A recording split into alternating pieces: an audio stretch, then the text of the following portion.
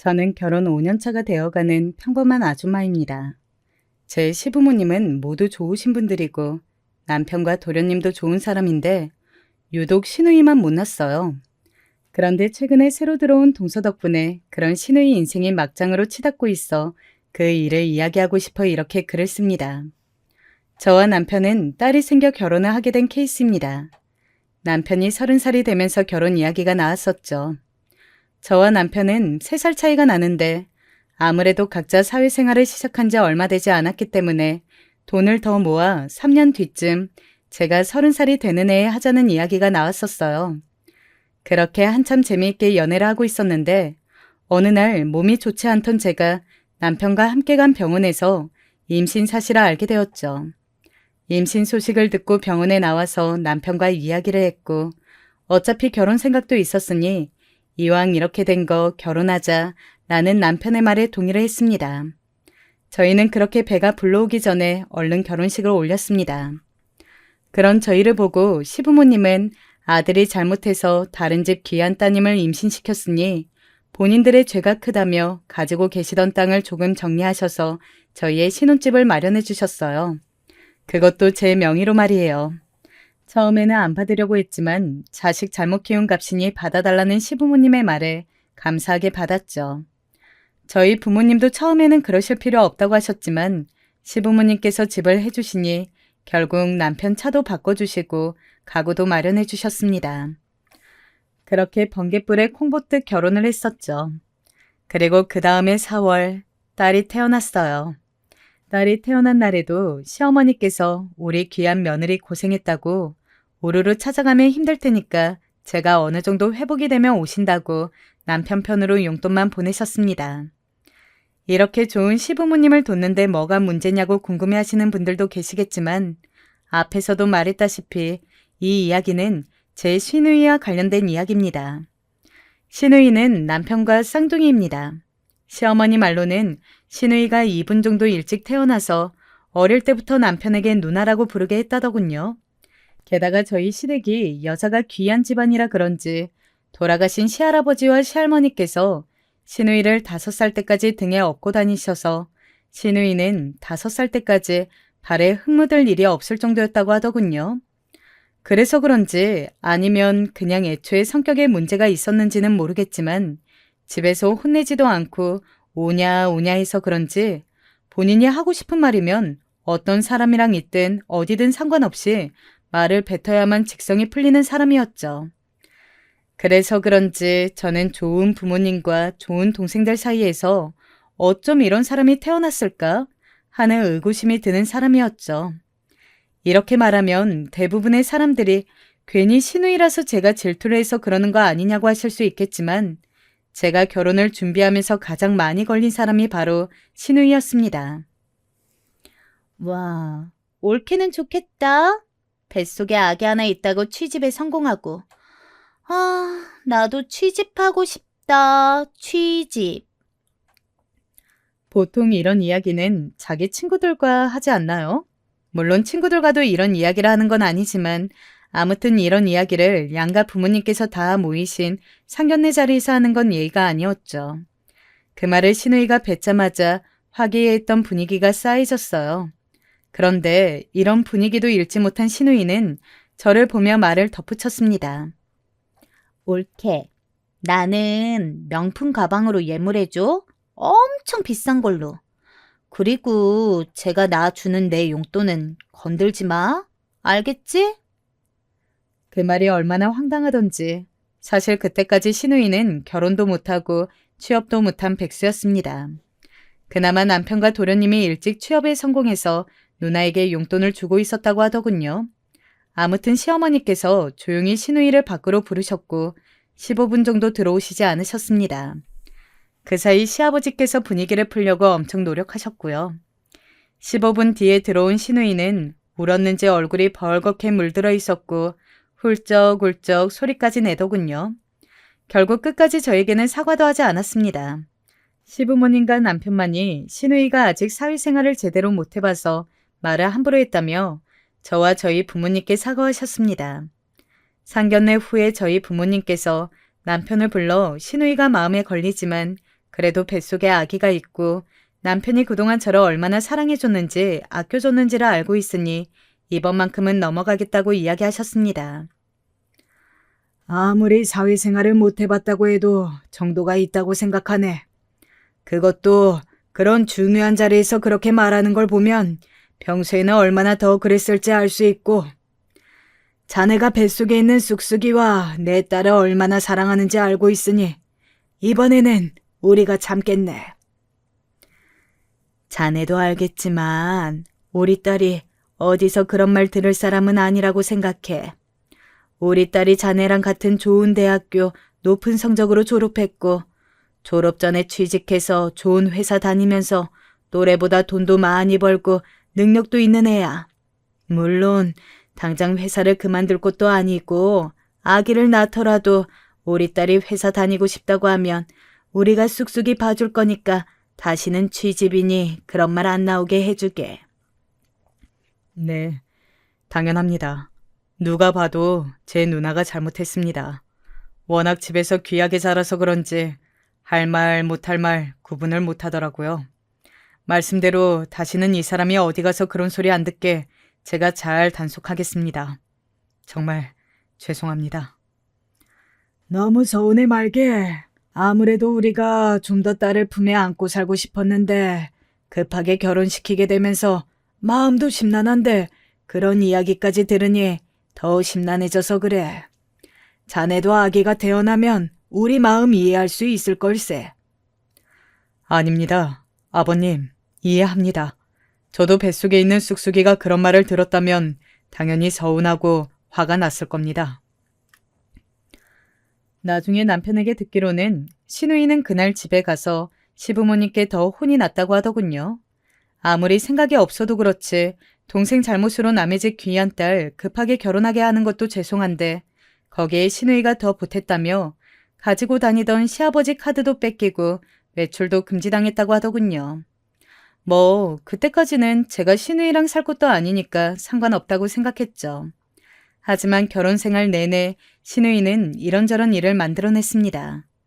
하루는 저와 남편의 신혼집에 들어와서는 저녁 잘 먹고 이제 신우이를 보내려고 하자 바닥에 납작 엎드려서는 마치 5살 아이가 꼬라지 부리듯 행동하는 거 아니겠어요? 아, 왜? 이 집 우리 엄마 아빠가 사준 집이잖아. 아, 그러니까 내 방도 하나 만들어 달라고. 누나, 진짜 언제까지 이럴 거야? 언제까지 애처럼 굴 거야? 몇 번을 말해야 알아먹어. 이 집은 나 때문에 이른 나이에 결혼하게 된 이 사람 위해서 부모님이 해주신 집이라니까? 이 집은 부모님도 아니고 나도 아니고 내 와이프 집이야. 그런 게 어딨어. 우리 엄마 아빠 돈으로 샀으면 내 집이야. 제가 우리 집에 들어와서 한 게 뭐 있어?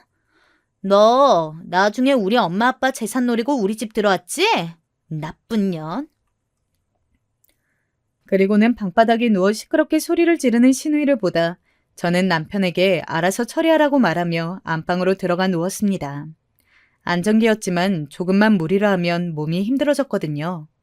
침대에 누워 끙끙 앓고 있는데 시간이 조금 흘러 도착한 도련님의 손에 신우이는 질질 끌려갔고 저희 집은 평화를 되찾았습니다. 자기야, 미안해. 밥만 먹고 간다고 해서 불렀는데 저럴 줄은 몰랐어. 모든 소란이 끝나고 안방으로 들어온 남편은 누워있던 저를 안아주며 말했습니다. 그러다 땀 범벅인 저를 발견하고 서둘러 응급실로 데려갔고요. 스트레스 때문에 아기도 저도 위험할 뻔했다고 말씀하시면서 의사 선생님은 입원을 해야 한다고 말씀하셨고 저는 서둘러 입원을 했습니다. 이 사건 후에 남편은 신우이를 저희 신혼집에 출입금지 시켰습니다. 시부모님도 그 다음날 바로 병원으로 찾아오셨고 신우이를 잘못 키웠다며 저에게 사과를 하셨습니다. 신우이를 데려와서 저에게 사과시키고 싶지만 혹시나 그게 저에게 더 무리가 될까 무서워 데리고 오지 않으셨다고 하시면서요.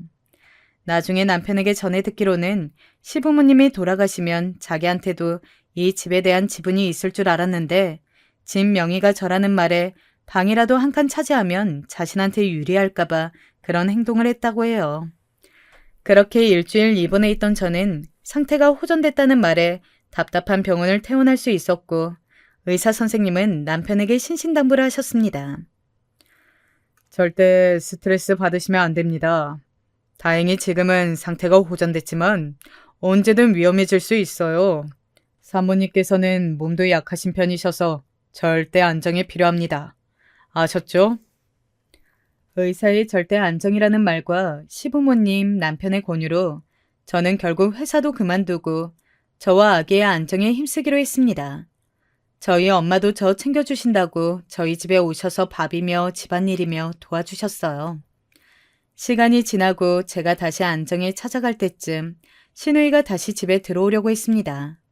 처음에는 시어머니께서 반찬을 가져다 달라고 했다며 남편과 밑에서 만나다가 어느 순간부터 남편 없는 시간대에 와서 문을 열어달라고 하더군요. 여러분이라면 어떠실 것 같아요? 문 열어주셨을까요? 저는 문을 열어주지 않았습니다. 오히려 집에 없는 척 조용히 있었죠. 괜히 시누이를 보면 스트레스 받아서 다시 병원 입원하는 것보다는 조용히 있는 게 더 편하고 좋으니까요. 그 후에도 여러 번의 위기가 있었습니다. 자기를 만나주지 않는다는 이유로 친구 핸드폰으로 제게 욕문자를 보낸 적도 있고 새벽 중에 모르는 번호로 전화를 해서 받으면 끊고 받으면 끊는 괴롭힘을 시작하더군요. 처음에는 누가 이러는지도 모르니까 점점 두려워졌고 스트레스 때문에 결국 다시 병원에 입원을 해야 했습니다. 남편이 가만히 있던 건 아니었습니다. 욕문자를 보내는 번호로 전화도 해보고 차단도 해줬습니다.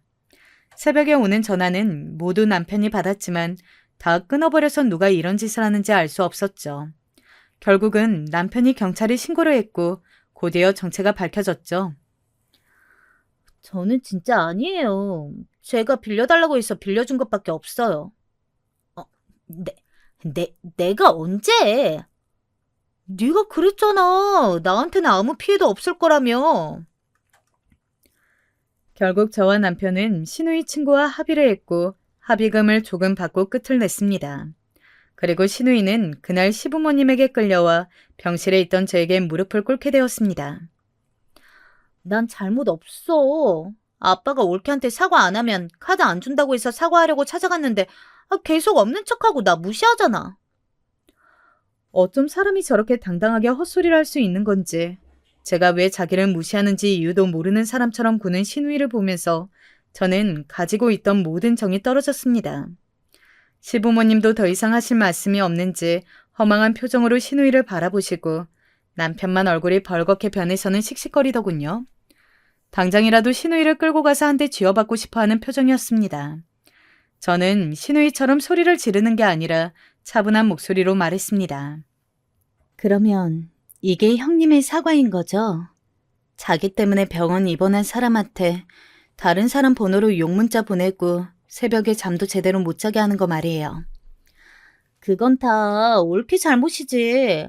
올케가 뱃속 아기 핑계대면서 나랑 동생들 사이 이간질 시키고 엄마랑 아빠랑 내 사이도 이간질 시킨 거잖아. 뭐? 그게 무슨 헛소리야? 내 와이프가 언제 그랬어? 내 가정이 생겼으니까 거기에 충실한 게 당연한 거지. 그게 무슨 이간질이야? 누나야말로 이간질하지 마. 봐봐. 지금도 그러잖아. 임신한 게 무슨 대수라고 저렇게 상전 취급해? 내가 왜 저런 애 때문에 카드도 뺏기고 여기서 이렇게 무릎 꿇고 있어야 하냐고? 병실 떠나가라 고래고래 소리를 지르는 시누이의 열이 확 오르는 게 느껴졌습니다. 그 순간 숨이 턱턱 막히더군요. 숨을 쉬려고 하는데도 쉬어지지 않았습니다. 그 다음부터는 기억이 나지 않지만 남편 말로는 정말 위험했다고 했습니다. 과호흡이 와서 그대로 기절했고 의사랑 간호사가 달려와서는 남편에게 이런저런 동의서에 사인을 하게 했다고 하더군요. 다행히 기적적으로 저와 아기 모두 무사했고 아기와 제가 잘못될 뻔해서야 시누이는 조금 조용해졌습니다. 그때 뱃속에 있던 저희 딸은 벌써 5살이 됐습니다. 딸이 태어난 뒤로 시부모님의 사랑을 가득 받아서 그런지 시누이는 저희 딸도 괴롭히더군요. 때리고 꼬집고 그런 건 아니지만 저희 딸이 자면 일부러 깨우고 과자라도 하나 먹으려고 하면 아기 손에서 과자를 뺏어가 먹어서 꼭 딸을 울렸어요. 남편과 도련님도 이제는 아기까지 괴롭힌다며 핀잔을 줬지만 그래도 굴하지 않더군요.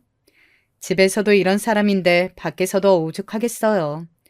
대학도 휴학, 복학을 밥 먹듯이 하다가 간신히 졸업하고 들어간 회사에서도 사수가 너무 잔소리가 많다고 첫 출근한 지 한 달도 안 되어서 그만두고 공무원 하겠다고 저러고 있었죠. 결국 보다 못한 부모님께서 가게 하나를 내주셨죠. 나름대로 잘 운영하다가 서비스직은 자신과는 안 맞는다며 아는 사람한테 가게 팔았다고 한 뒤로는 시부모님도 포기하신 것 같았습니다. 그러던 어느 날 사건 하나가 발생했습니다. 제가 딸 낮잠 재우러 들어간 사이 자기 남자친구와 함께 몰래 저희 집에 들어와서는 단 15분 만에 제 옷이며 가방, 목걸이를 가지고 나갔거든요. 하필 전날 잠이 부족해 딸과 함께 잠든 후였는데 아무리 시누이 남자친구라고 해도 나쁜 마음 먹고 저랑 딸이 자고 있던 방문을 열었다면 어떻게 됐을지 끔찍했죠. 게다가 시누이가 훔쳐간 목걸이는 저희 외할머니가 엄마에게 주시고 그 목걸이를 엄마가 저에게 물려주신 외할머니 유품이었습니다. 사라진 목걸이에 거실 CCTV를 돌려보던 제가 시누이 얼굴을 발견하고 얼마나 황당했을지 여러분은 이해가 가시나요? 아무리 나이를 먹어도 고쳐지지 않은 행동과 인성, 게다가 이제는 도둑질까지. 심지어 다른 건 다 괜찮아도 목걸이를 가져가다니 결국 그 모든 화는 남편에게 쏟아졌습니다. 도대체 형님은 나이를 어떻게 먹고 있는 거야? 아무리 오냐오냐 키웠다고 해도 도둑질이라니 말이 되냐고. 지금이라도 당장 우리 집에 못 오게 하라고. 여보, 미안해. 진짜 미안해. 말로만 미안하다고 하지 말고 어떻게 좀 해보라고. 당신이 사준 것만 가져간 것도 아니고 우리 엄마가 나한테 물려주신 목걸이도 가져갔어. 너 계속 형님 단속 못 시키면 우리는 이혼이야. 그 말을 하고 저는 엉엉 울었습니다. 제가 목 놓아 엉엉 울자 잠들어 있던 딸도 깨서 저와 함께 울었습니다. 결국 저도 남편도 그날은 잠도 못 잤죠. 후에 시누이가 가져간 옷과 가방은 찾을 수 있었지만 목걸이는 찾지 못했습니다. 이미 팔아버렸다고 하더군요. 결국 남편이 시누이를 데리고 금은방에 찾아가 돈을 더 주고 다시 그 목걸이를 사와야 했습니다. 그 뒤로는 남편 나름대로 시누이를 열심히 단속하더군요. 저는 집 비밀번호를 바꿨고 그 누구에게도 알려주지 않았습니다. 남편에게도 단단히 약속을 받아냈고요. 시부모님에게는 이해해 주시라고 말씀드렸습니다. 당연히 시부모님은 딸 잘못 키운 본인들이 무슨 할 말이 있겠느냐며 알겠다고 하시더군요. 시누이도 자기 잘못이 있으니 더 이상 저에게 아무 짓도 못했고요. 하긴 자기 때문에 동생이 이혼하게 생겼으니 아나무인 짓은 더 이상 못하겠죠. 그래도 소소하게 사람 화나게 행동하기는 했지만 이제는 저도 시누이를 봐주지는 않았습니다. 화를 내게 하면 똑같이 화를 냈고 행패를 부리면 뒤도 안 돌아보고 집으로 돌아갔죠. 시부모님께는 죄송하지만 거기 더 있었으면 제 속에 있는 화가 폭발할 것 같아서 나와버렸습니다. 다행히 시부모님께서도 이해해 주셨고요. 그렇게 제가 시누이를 피하고 화를 내니까 그제야 제가 덤비지를 못할 사람이라는 것을 깨달았는지 점점 조용해지더군요. 그렇게 평화로운 시간을 보내던 어느 날 도련님께 연락이 왔습니다. 진지하게 만나고 있는 사람이 있는데 저희 부부에게 먼저 소개시켜주고 싶다고 말이에요. 그렇게 말하며 저희 부부와 딸을 멋진 레스토랑에 초대하더군요. 그 레스토랑은 저희 지역에서 분위기가 좋고 음식이 맛있고 깔끔한 곳이라 평점이 높은 곳이었습니다. 알고 보니 그 레스토랑이 동서될 사람의 집에서 운영하는 곳이라고 하더군요. 동서는 평범한 회사원인데 동서네 오빠가 그 레스토랑의 요리사이고 부모님과 함께 운영한다고 하더군요. 아무튼 그곳에 동서가 저희 딸도 보고 싶다고 초대해줘서 저희 딸도 함께 갈 수 있었습니다. 그곳에서 만난 동서는 정말 누가 봐도 예쁜 사람이었습니다. 하얗고 잡티 하나 없는 얼굴에 눈웃음이 매력 포인트인 사람이었습니다. 오죽하면 저희 딸이 동서 보고 언니가 너무 예쁘다고 할 정도였죠. 동서도 그런 저희 딸에게 고맙다고 우리 딸도 아주 예쁘고 사랑스럽다고 말해줬고요.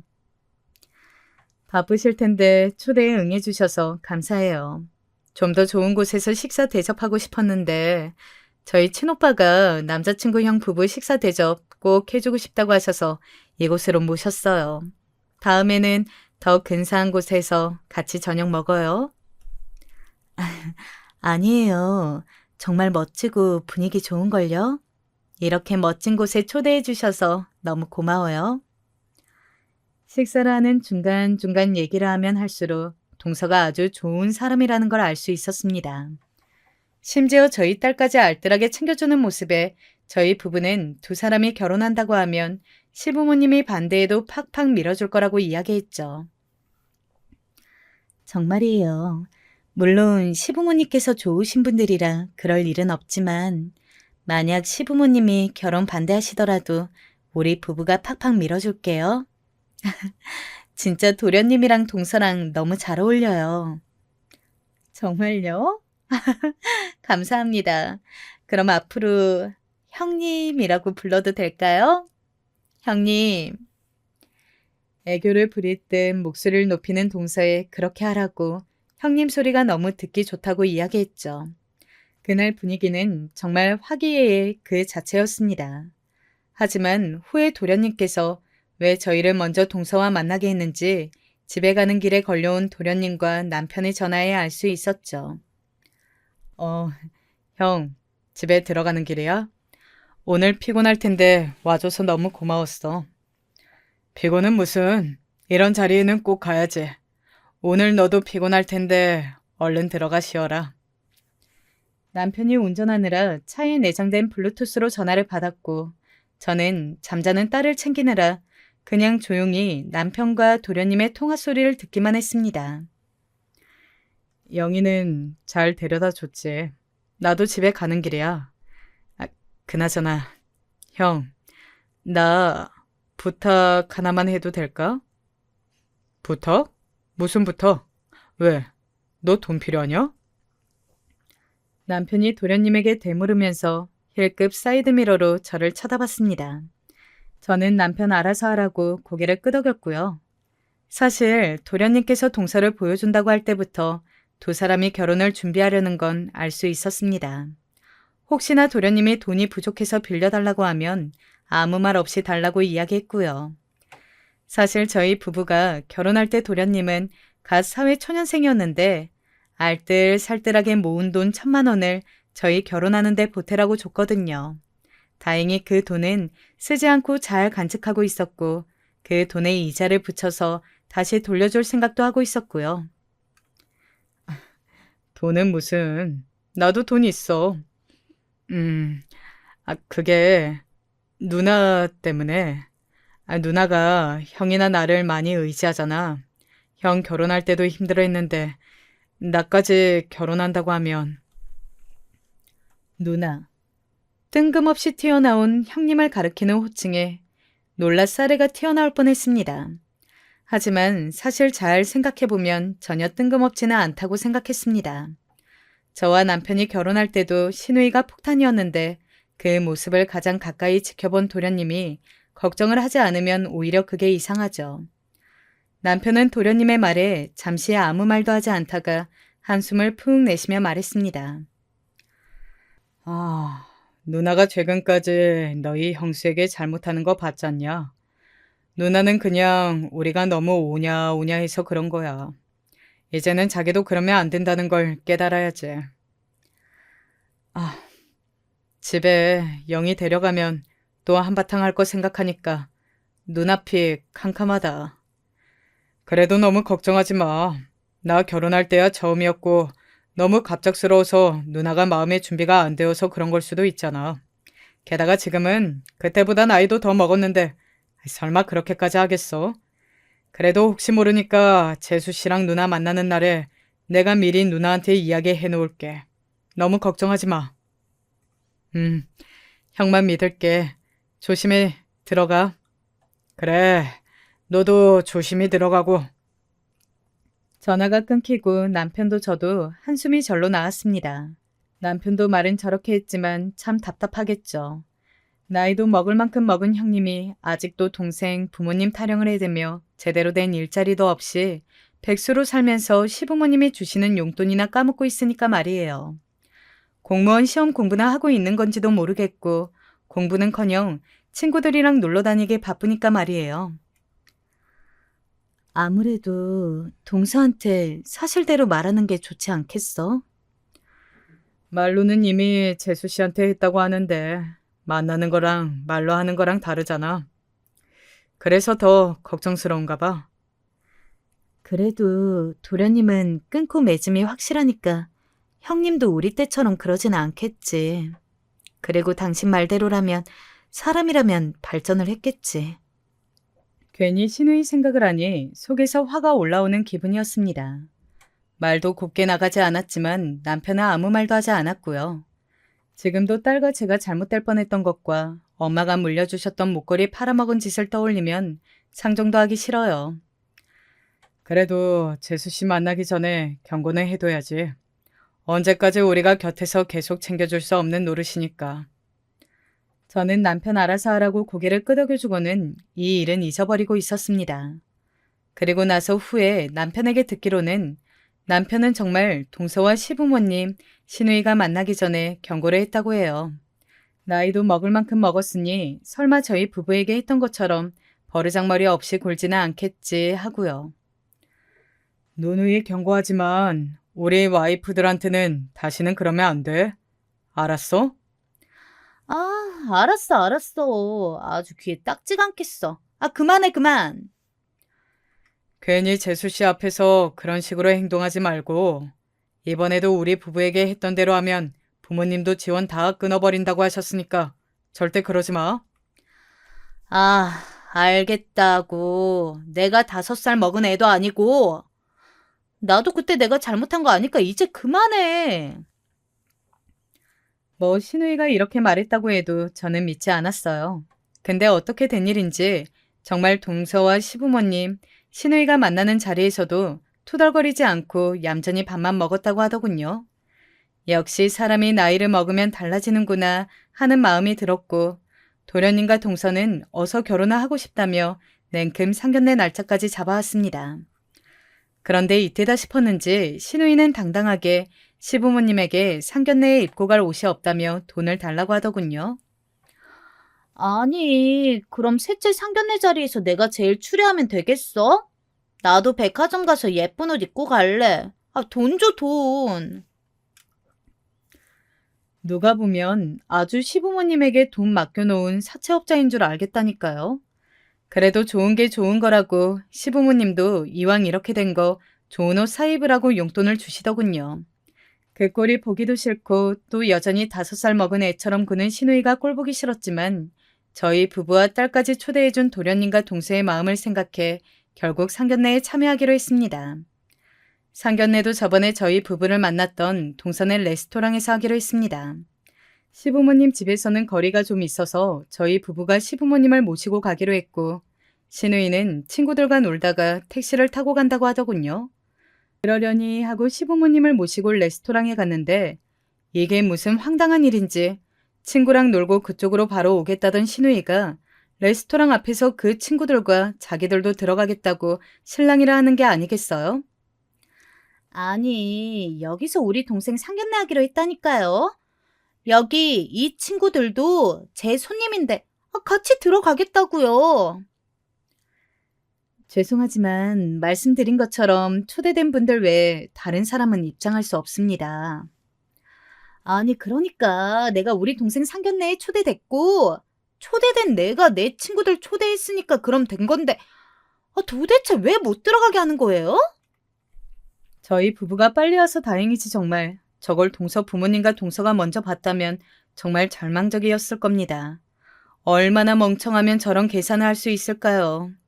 당장 가서 뒤통수를 한 대 때려주고 싶은데 보는 눈이 많아서 그럴 수는 없고 남편이 조용히 다가가서 직원분께 사과하고 시누이 친구들을 단호하게 돌려보냈습니다. 그렇게 시작된 상견례는 오히려 삐져있는 시누이 때문에 조용히 지나갈 수 있었습니다. 후에 도련님께 시누이 친구들이 들어오려고 했던 사건에 대해 남편이 모두 일러버려서 시누이는 도련님에게 한 소리 듣게 됐지만요. 아무튼 그래도 제가 겪었던 것보다는 아주 조용히 지나갔기 때문에 저희 부부도 도련님도 조금은 안도를 하고 있었습니다. 한참 딸을 유치원에 등원시키고 집 청소를 하고 있는데 동서가 근처라며 저에게 연락을 해왔습니다. 첫 만남에 번호도 교환하고 사는 곳도 얼추 알려줘서 저희 동네에 볼 일 있어 왔다가 제 생각이 났다며 동서에게 연락이 왔습니다. 한참 딸이 유치원에 적응하는 시기라서 오후 1시 전에 돌아왔기 때문에 어떻게 할까 고민했는데 동서가 먼저 근교 좋은 식당에 밥 먹으러 가자고 말해줘서 염치불구하고 냉큼 따라 나섰죠. 동서가 차를 가져와서 그 차를 타고 유치원에서 딸을 픽업했고 픽업 후에 근처 식당에서 밥을 먹고 카페로 놀러 갔습니다. 그때쯤 딸이 낮잠 자는 시간이라 딸을 품에 안아 재우고 있는데 동서가 조심스럽게 입을 열더군요. 형님, 제가 뭐 하나 여쭤봐도 될까요? 네, 그럼요. 왜요? 도련님이 잘 못해줘요? 내가 도련님 약점 좀 알려줄까요? 장난스럽게 되물은 제 말에 동서는 잠시 우물쭈물하더니 카톡 하나를 보여주면서 저에게 말하더군요. 철수 씨 누나께서 보내신 카톡인데 답을 보냈는데 말이 없으셔서요. 동서가 내민 카톡 내용을 보는데 정말 황당했습니다. 상견례에서 아무 말도 못했다고 생각을 해서인지 카톡방에서는 아주 뻔뻔하게 자기는 어느 브랜드 목걸이가 좋고 가방은 명품 가방인 이 브랜드를 받고 싶다며 적어놨더군요. 그렇게 단속을 했는데 그걸 뚫고 이렇게까지 하는 신우이의 머리를 해부해보고 싶은 마음뿐이었습니다. 상견례도 끝난 지금에서야 이런 말하는 내가 동서 생각으로는 같은 사람이라고 할 수 있지만 이혼보다는 파혼이 낫다는 말이 있으니까 내가 그냥 다 말할게요. 저는 이렇게 말하고는 그동안 형님이 저에게 했던 모든 망나니 짓을 다 말했습니다. 제가 형님과 시부모님, 도련님, 남편의 사이를 이간질한다고 생각했던 것도 말했고 저희 딸 과자를 뺏어먹은 일 같은 것도 말을 했습니다. 차마 도둑질까지는 했다는 말은 못해서 그냥 두루뭉술하게 저희 집에 들어와 제 옷도 허락 없이 빌려갔던 적 있다고 이야기를 했죠. 그러자 동서는 한참을 생각에 잠기다가 조용히 입을 열었습니다. 사실 철수 씨가 그동안 집에 있었던 일에 대해서 모두 말해줬어요. 철수 씨가 세세한 일은 제대로 모르니까 그냥 크게 이런 일이 있었다라고만 알려줬고요. 도련님도 직장 다니느라 자세하게는 몰라서 그런 걸 거예요. 이제 와서 이런 이야기해서 미안해요. 하지만 벌써 동서에게까지 이런 식으로 연락할 줄은 몰라서. 아니에요. 쉽지 않은 이야기였을 텐데 이렇게 말해줘서 고마워요, 형님. 그 말을 끝으로 일찍 퇴근한 남편이 저와 딸을 데리러 와서 더 많은 이야기를 할 수는 없었지만 저는 이실직고하는 마음으로 집에 가는 길 차 안에서 남편에게 털어놨습니다. 그러자 남편은 오히려 잘했다고 하더군요. 차라리 잘했어. 누나가 그런 연락을 보냈다면 아무리 눈치가 느린 사람도 알게 됐을 거야. 그래도 재수 씨가 당신한테 그 카톡 보여줄 정도면 강단 있는 사람이니까 이제는 본인이 알아서 해야지. 그래도 나 때문에 도련님 헤어지시면 어떡해? 그게 왜 당신 잘못이야. 그런 연락 보낸 누나가 잘못이지. 그리고 그거 단속 못한 나랑 철수 잘못이고. 괜찮아. 괜히 주눅 들지 마. 하지만 그런 제 걱정과는 다르게 동서와 도련님의 결혼은 착착 진행이 됐습니다. 결혼식 당일에는 별다른 일은 없었습니다. 모든 게 순조로웠죠. 웬일로 신우이도 잠잠했고요. 그렇게 도련님과 동서가 신혼여행에서 돌아오기 전까지도 아주 평화로웠습니다.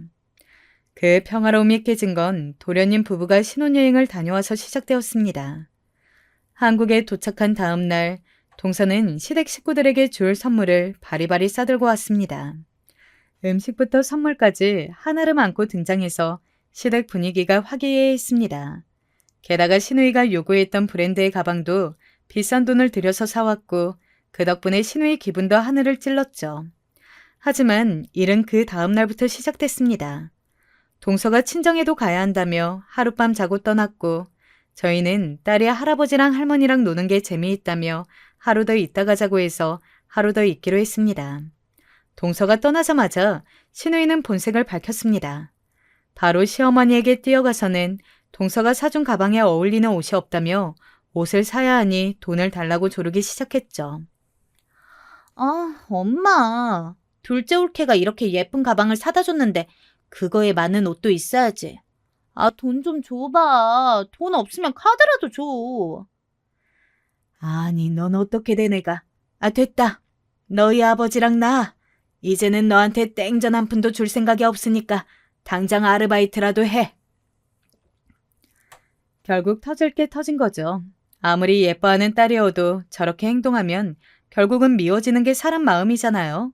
게다가 딸이라고는 하나 있는 게 일도 안 해 결혼도 생각이 없어 보이니 시부모님 입장에선 답답할 노릇이었죠. 그래도 그냥 해본 말씀이겠거니 생각했는데 이번에는 마음을 단단히 먹으셨는지 시아버님도 한 말씀 하시더군요. 그래. 그동안 우리가 너를 잘못 키운 죄라고 생각하고 네 억지를 모두 받아줬지만 이제는 안 그런다. 너도 나이가 있는데 모아둔 돈이 있기를 하냐 아니면 비전을 가지고 있기를 하냐. 아직도 변변한 직장 하나 없이 동생들은 각자 자기 가정을 꾸렸는데 너는 대체 뭐 하고 있는 거야? 이제 엄마 아빠도 너의 그 유난스러운 투정 받아주는 것도 힘들다. 딱 3개월 준다. 일을 하든 가지고 있는 것들을 팔든 돈 만들어서 내 집에서 나가라. 아빠, 그게 무슨 헛소리야? 신우이는 계속해서 시아버지한테 매달렸지만 시아버지는 단호하셨습니다. 신우이가 아무리 바닥을 대굴대굴 굴면서 울고 악을 써도 시부모님의 마음은 변하지 않았죠. 그러자 신우이는 본인 방에 들어가 콕 박혀 저희가 갈 때까지 나오지 않더군요. 저와 남편이야 얼마나 가겠나 싶었지만 생각보다 시부모님은 강하게 나가셨습니다. 매일매일 날짜를 세시며 신우이에게 어서 일 알아보고 나가라고 하셨다고 해요. 신우이도 슬슬 이대로는 안 된다는 걸 느꼈는지 동서한테 동서 집에서 하는 레스토랑 알바 자리를 알아봐 달라고 했다고 하더군요. 시부모님 말로는 몇 번 출근하는 것 같더니 어느 순간부터 또 집에 들어와 누워있다고 하시면서 저렇게 끈기가 없어 일도 제대로 못하고 그만뒀으니 동서와 사돈 어른들 뵙기에 너무 민망하다는 말만 하셨고요. 그러던 어느 날 신우이에게 전화가 왔습니다. 시부모님께서 날짜가 임박하자 이제 짐 싸라고 말씀하셨다고 해요. 그래서 신우이도 애간장에 탔는지 동서에게 자기 쫓겨나면 받아달라고 말하고 안 된다면 돈 좀 빌려달라고 부탁했나 보더라고요. 그런데 동서는 절대 안 된다고 고래고래 소리를 지르면서 자기를 깔봤다고 짜증을 가득 부리더군요. 재수없는 년. 됐어. 난 처음부터 둘째 그 싸가지 없는 년 너무 싫었어. 자기 좀 가졌다고 남 무시하고 말이야. 우리 이렇게 된 거 그 싸가지 왕따 시키자. 어때? 헐, 왕따라니. 세상에 저게 30살 중반이 넘는 사람 입에서 나올 말인가요? 저 말을 듣자마자 얼마나 황당하고 어이가 없던지 3살 버른 80까지 간다고 그 성격이 어디 가겠어요. 게다가 제가 왜 자기 편을 들어줄 거라고 생각했는지 모르겠지만 전 단호하게 거절했어요. 아니요. 저는 그런 거 관심 없어요. 그리고 어른이 돼서 쪽팔리지도 않아요? 왕따라니. 시부모님 말씀대로 형님 얼른 정신 차려요. 맨몸으로 쫓겨나서 저희 집에 오거나 돈 빌려달라고 해도 저희도 절대 안 빌려줄 거니까요. 뭐? 야, 네가 뭔데 나한테 그딴 식으로 말해? 신우이가 핸드폰 너머로 욕하는 게 들렸지만 저는 그냥 끊어버렸습니다. 그러고는 괜히 동서가 걱정되어 동서에게 퇴근 시간에 맞춰서 조심스럽게 전화를 했죠. 동서, 통화 가능해? 네, 형님. 우리 형님 전화면 무조건 받아야죠. 아니, 형님 때문에 괜히 마음 상했을까봐 연락했어. 너무 마음에 담아주지 마. 그냥, 그래. 정신이 아픈 사람이라고 생각해버려. 아휴, 겨우 그걸로 마음 안 상해요. 그냥 이상한 사람이 있다 생각하고 끊어버리면 되는 거죠. 그런데 왜요? 형님한테 안 좋은 소리 하세요? 아니, 그런 건 아닌데. 나 참 유치해서 말이야. 나이를 그렇게 먹고 동서 왕따 시키자고 그러는 거 있지? 그래서 내가 나는 그런 거 관심 없다고 딱 잘랐어. 동서 혹시 형님이 전화해서 막 욕하거나 안 좋은 소리해도 그냥 끊어버려? 알았지? 왕따요? 순간 동서 목소리가 굳는 게 느껴졌습니다. 괜히 제가 말을 잘못했나 싶어 더듬더듬 그렇다고 이야기하자 동서가 나직하게 한숨을 내쉬더니 말을 하더군요. 알려주셔서 고마워요. 형님, 제가 저희 남편이랑 시부모님을 봐서라도 그냥 넘어가려고 했는데 아무래도 안 될 것 같네요. 응? 뭘 말이야? 뭐 잘못했어? 아니에요. 괜히 형님 머리만 아프세요. 아마 곧 듣게 되실 거예요. 제 걱정은 하지 마시고 당분간은 그 도둑한테 오는 전화 차단하세요. 이러고는 예의 바르게 끊는 거 아니겠어요? 무슨 일인지 몰라도 신우이가 또 사고 하나 크게 쳤다는 걸 알 수 있었습니다. 그렇게 시간이 흘러 이 사건에 대해서 까먹고 있었는데 어느 날 신우이에게 울면서 전화가 왔습니다.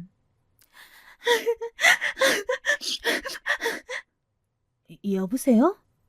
여보세요? 형님. 갑자기 전화를 해서 얼마나 큰 소리로 우는지 귀가 다 떨어져 나갈 정도였어요. 전화를 받고 5분이 지났는데도 너무 시끄럽게 울어서 도대체 어떻게 된 일인가 싶어 그 전화를 끊고 시부모님에게 전화를 했죠. 사실 그때까지 시아버지께서 신우이를 정말 쫓아내셨구나 하는 생각밖에 없었습니다. 어머니, 형님께서 전화하셔서 엉엉 울기만 하시는데 무슨 일 있으신가요? 됐다. 우리는 그런 애 모른다. 아휴, 너랑 새아가에게 얼마나 미안하고 민망한지. 너도 아는 척하지 말고 행여나 너희 남편이 누나 도와준다고 그러면 절대 그러지 말라고 말리거라. 걔도 사회가 얼마나 힘든지 알아봐야지 않겠니? 아휴, 세상에 동네 창피해서. 하시면서 전화를 끊으시더군요. 도대체 무슨 일이 일어나고 있는지 몰라 어리둥절해하고 있을 때쯤 딸과 함께 귀가한 남편이 들어왔습니다. 무슨 정신으로 저녁을 먹었는지는 모르겠지만 저녁을 다 먹고 씻고 잠든 딸방에서 나오는 남편을 붙잡고 물어봐 전후 사정을 알게 되었죠.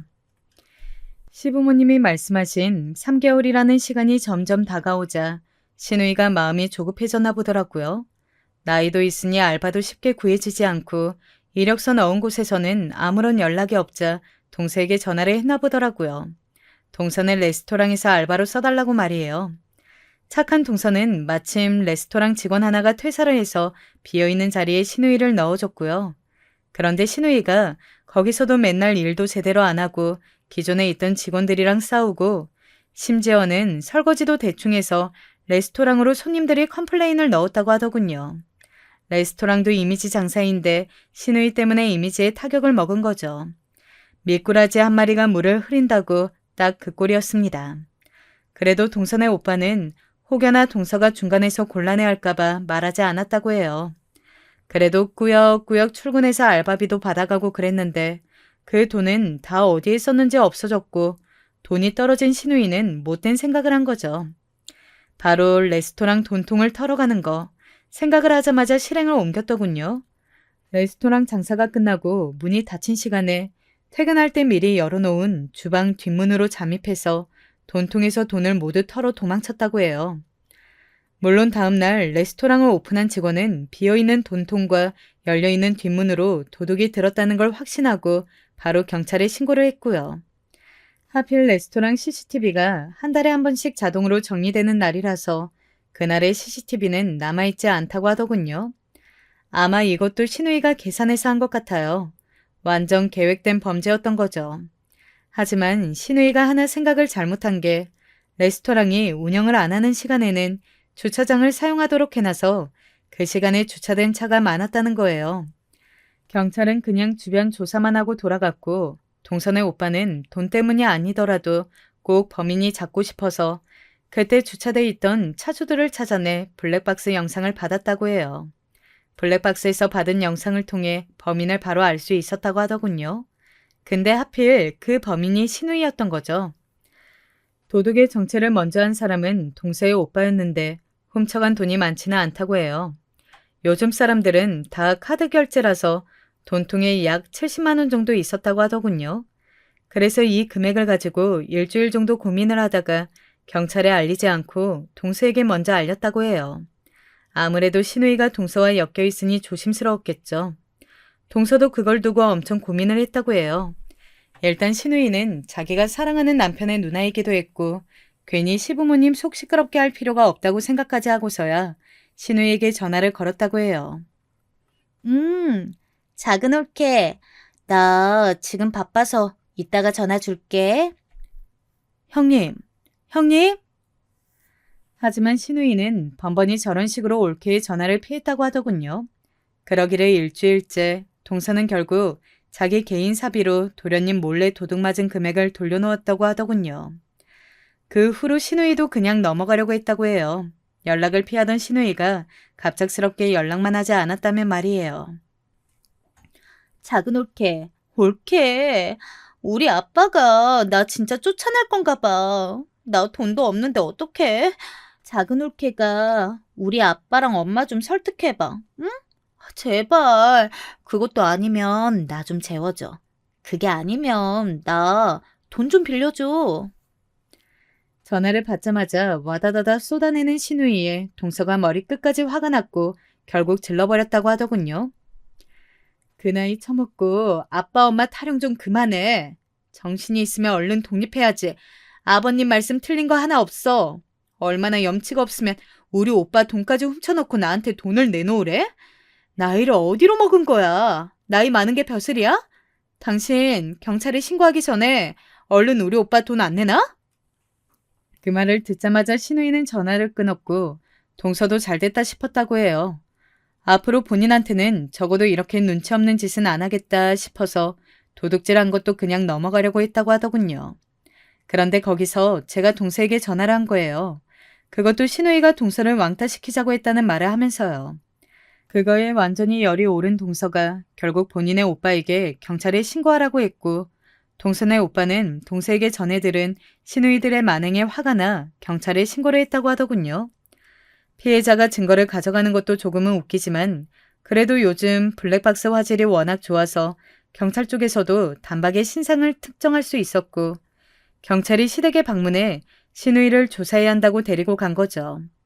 신우이가 엉엉 울면서 저한테 전화를 건 건 그 시간에 바로 경찰서에서 조사받고 나온 다음이라고 하더군요. 시부모님도 거절하고 이야기를 전해들은 도련님도 거절했다고 해요.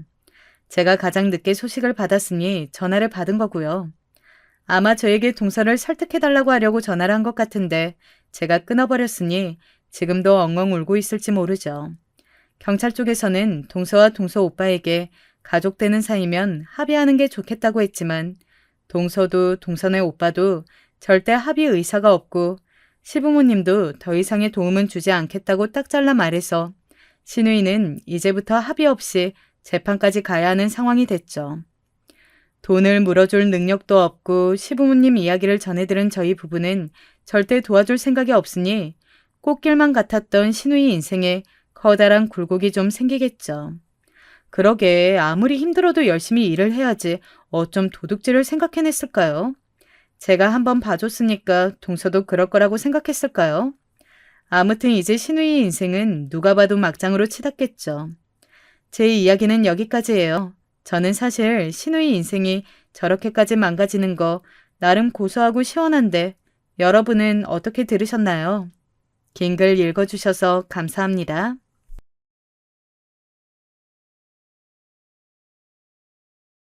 살다 보면 꽤 자주 가족 얘기가 나오잖아요.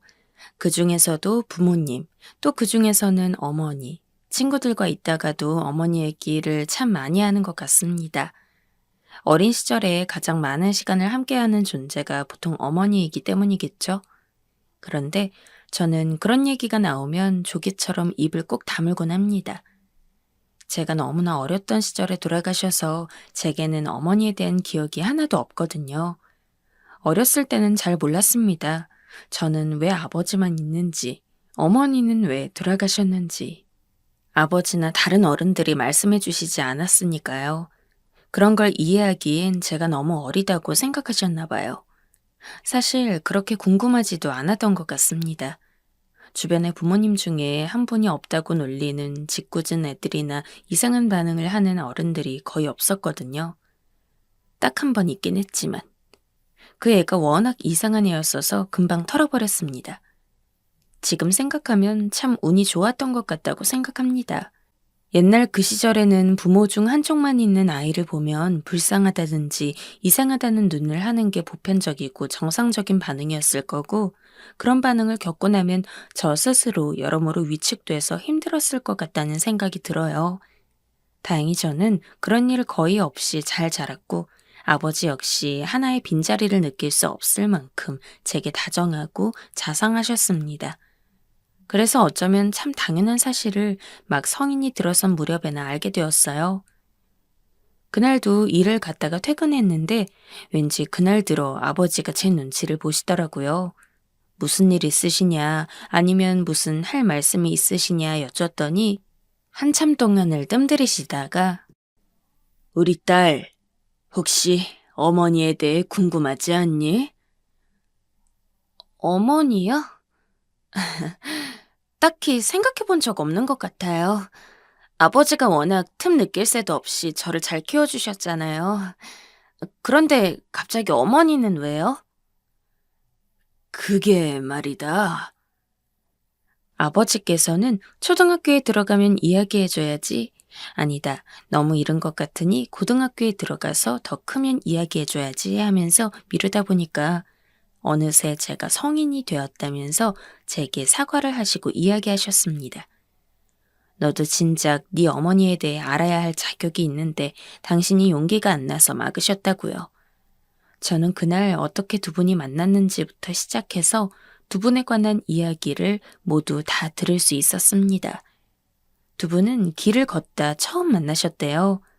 그냥 길을 가다가 고개를 돌리면서 무슨 로맨스 영화의 한 장면처럼 서로 눈을 딱 마주쳤는데 아, 이 사람이랑 결혼해야 할 것 같다 하는 걸 확 느끼셨다고 했습니다. 아버지께 듣기론 어머니도 아버지께 첫눈에 반하셨다고 해요. 그 뒤로 이런저런 이야기를 나누었는데 서로 나이도 취향도 가정사도 정말 비슷해서 깜짝 놀라셨대요. 저희 부모님은 모두 다 고아시거든요. 두 분 다 어렸을 때는 친척집에서 지냈는데 중학교 졸업할 쯤 되니까 친척집에서 눈치를 줘서 돈을 벌면서 혼자 살겠다고 나오시게 됐다고 합니다.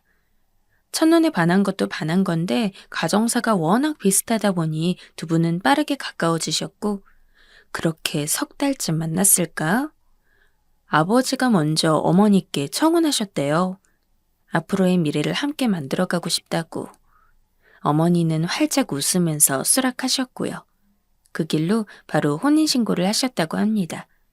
당시 두 분 다 갓 성인인 아이였고 만난 지도 오래되지 않았다고 생각해서 정말 그럴 수가 있을까 싶었는데 조금 생각해 보니까 그럴 수밖에 없었을 것 같더라고요. 아마 그 상황에선 저였더라도 그렇게 했을 것 같아요. 의지할 곳 하나 없이 혼자만의 힘으로 나아가고 혼자서 고민하고 결정하는 그 생활이 얼마나 외로우셨겠어요. 집을 나가도 배웅해주는 사람 없고 집에 와도 반겨주는 사람 없는 캄캄하고 차가운 어둠이 깔린 거랑 한 사람이라도 나를 반겨주고 기다려주는 건 많이 다르잖아요. 식을 올리기에는 두 분의 벌이도 시원찮았고 친하게 지내던 친구나 가족들도 없어서 결혼식은 생략하셨다고 해요. 그렇게 나름대로 순탄한 결혼 생활을 이어가다 제가 생겼다고 합니다. 계획하고 있던 자녀 소식은 아니었지만 두 분은 정말 날아갈 것처럼 기뻤대요. 이제야 우리가 정말 가족으로 연결되고 내 가족이 생긴 기분이었다며. 매일 밤마다 아이가 태어나면 우리 아이는 우리처럼 눈칫밥 먹이면서 키우지 말고 세상에서 제일 좋은 것만 해주고 좋은 경험만 하게 하면서 키우자고 웃으면서 이야기하곤 하셨다네요. 다행히도 저는 까다롭지 않은 아이여서 저를 품으신 내내 입덧 한 번 없이 10달을 보내셨대요. 특이한 일도 가슴 쓸어낼 일도 없이 평탄하게. 10달이 흐르고 난 뒤 제가 태어났다고 하셨습니다. 아버지께선 제가 태어났을 때를 잊으실 수 없으시대요. 그때만큼 벅차고 기쁘고 행복한 때는 없었다며 너는 참 귀한 아이라고. 거기까지 들었는데 조금 울컥하더라고요. 그 말대로 저는 정말 좋은 것만 받으면서 자랐습니다. 어렸을 때는 항상 공주 옷에 공주머리, 조금 크고 나서는 무조건 메이커. 사달라고 조른 적도 없는데 아버지께서 먼저 선물처럼 쓱 내미시곤 했어요. 정작 당신 옷은 메이커는커녕 상표가 제대로 된 것 하나 사본 적이 없으면서 감사하고 죄송하고 앞으로 아버지께 더 효도해야겠다는 마음이 들었어요. 그런데 또 한편으로는 한 번도 들어보지 못했던 생소한 이야기에 어머니 생각을 깊게 해본 적이 없어서인지 좀 당혹스러웠어요. 제 얼굴에 당혹스러운 게 티가 났는지 아버지가 오늘은 이만하겠다며 들어가셨던 기억이 나요. 어머니가 어떻게 돌아가셨는지는 다음 날이었나. 아무튼 다른 날에 들었던 걸로 기억합니다. 어머니는 제가 2살이 되던 해에, 그러니까 22살부터 기침 감기에 시달리셨대요. 저를 낳고서는 환절기면 종종 감기를 가볍게 앓기도 하셔서 그런가 보다 하고 약을 사다가 드셨는데 감기가 떨어지지를 않더래요. 처음엔 가벼운 기침이었는데 가래가 섞이더니 언제부턴가 피가 섞였다고 했어요. 2주 이상 약을 먹었는데도 지속되는 기침. 기침에 피와 가래가 섞여 나온다. 증상이 뭔가 낯이 익죠? 저희 어머니는 결핵이셨습니다. 요새는 결핵이 약을 먹으면 금방 나을 수 있는 비교적 가벼운 병이 되었잖아요. 그런데 그때는 결핵이 그렇게 가벼운 병이 아니었다고 하더라고요. 게다가 어머니는 증상이 많이 악화되었을 때 가셨기도 했고, 환경적으로 봤을 때도 저희 집 형편이 치료에만 전념할 수 있을 만큼 부유하지 못해서 뒷받침되지도 못했대요. 어머니께선 이 어린 걸 두고 어떻게 가느냐면서 본인도 갓스물에 든 참 어린 나이였는데도 내내 제 걱정만 하셨다고 합니다. 어떻게든 살기 위해서 병마와 싸우셨지만 상태가 매우 좋지 않아 제가 3살이 되기 전에 돌아가셨다고 하더라고요. 아버지는 22살에 호라비가 되셨고요. 그런 얘기를 들으니까 참 마음도 안 좋고 며칠 동안 넋이 빠져서 지냈어요. 저도 그 이야기를 들을 당시에 20살이었으니까 그 나이가 얼마나 어린지 하고 싶은 게 얼마나 많은지 너무나 잘 알았거든요. 얘기가 끝나고 아버지가 건네주신 부모님께서 연애할 적 사진이 가득 든 앨범을 넘겨보니까 더 안타까웠어요. 몰랐는데 제가 어머니를 참 많이 닮았더라고요. 그런데 어머니가 좀 더 고우셨어요. 앞으로도 쭉 젊고 아름다운 20대로 남을 어머니 사진을 보면서 우리 어머니 참 고우시다. 지금도 살아계셨으면 어땠을까 하는 생각을 해보기도 했습니다. 저도 다른 애들처럼 어머니 팔짱 끼고 쇼핑도 가고 밥도 먹고 수다도 떠는 그런 일상을 보낸다면 다른 친구들이 그러하듯이 저도 어머니 잔소리가 세상에서 제일 귀찮은 것처럼 이제 잔소리는 그만 좀 해요. 하고 어머니와 싸우기도 했을 것 같고 그런 우리 모녀를 보면서 아버지는 한숨을 푹 쉬시면서 우리를 말리셨을 것 같아요. 저는 지금이랑은 다르게 어머니가 없는 세상을 상상할 수 없을 거고 어머니가 돌아가시기라도 하는 날에는 세상이 무너진 듯 울면서 어쩌면 진짜 무너졌을지도 모르겠네요. 한 번도 겪어본 적이 없는 일상을 상상하기 어색하기도 한데 한편으로는 상상 속의 제가 참 부럽더라고요. 어버이날에 준비할 카네이션이 2개가 되고 중요하게 챙길 생일이 2개고 제가 학교에 입학할 때, 졸업할 때, 상을 받았을 때, 취직했을 때 2배로 축하를 받고 축하할 일이 늘었다면 그만큼 더 행복했을 거예요. 제 상상이 현실이었다면 어머니가 살아계셨다면 아버지도 분명 더욱 행복하셨겠죠. 아버지는 여태껏 저 때문에 많은 걸 포기하고 사셨습니다. 흔히 노가다라고 하죠.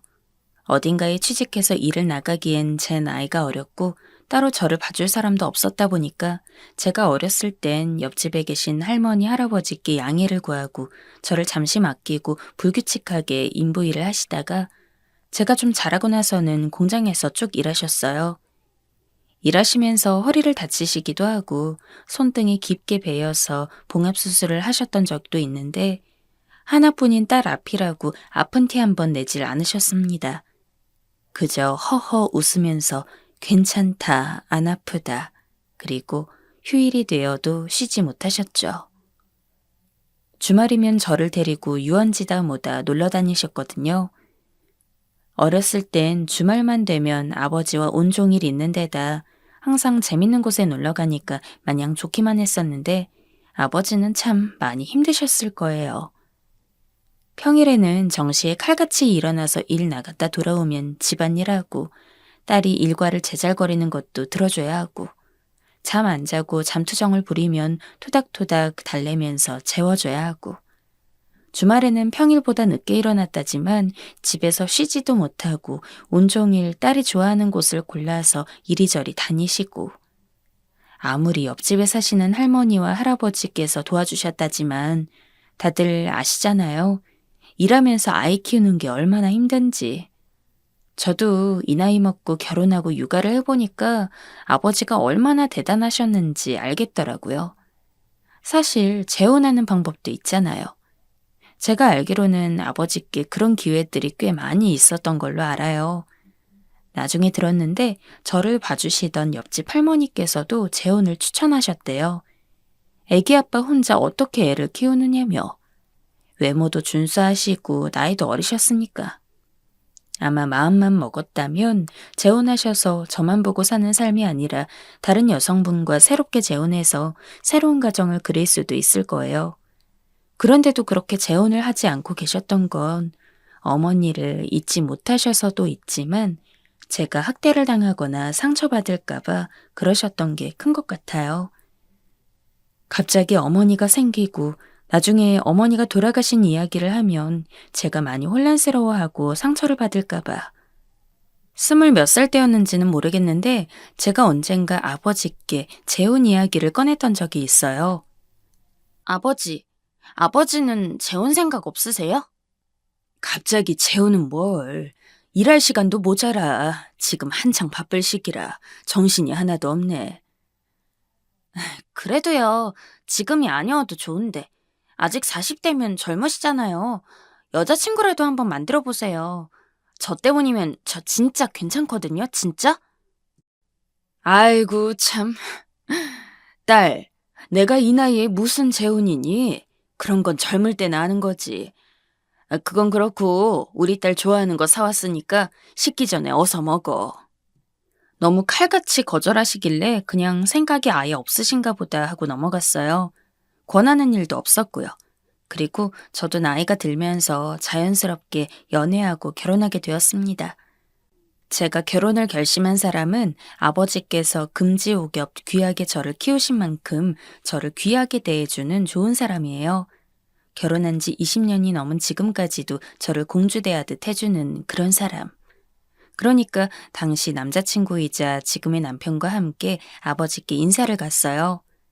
아버지께서도 너무나 반겨주시고 축하해주시며 잘 하지도 않는 술을 막 들이키셨던 기억이 납니다.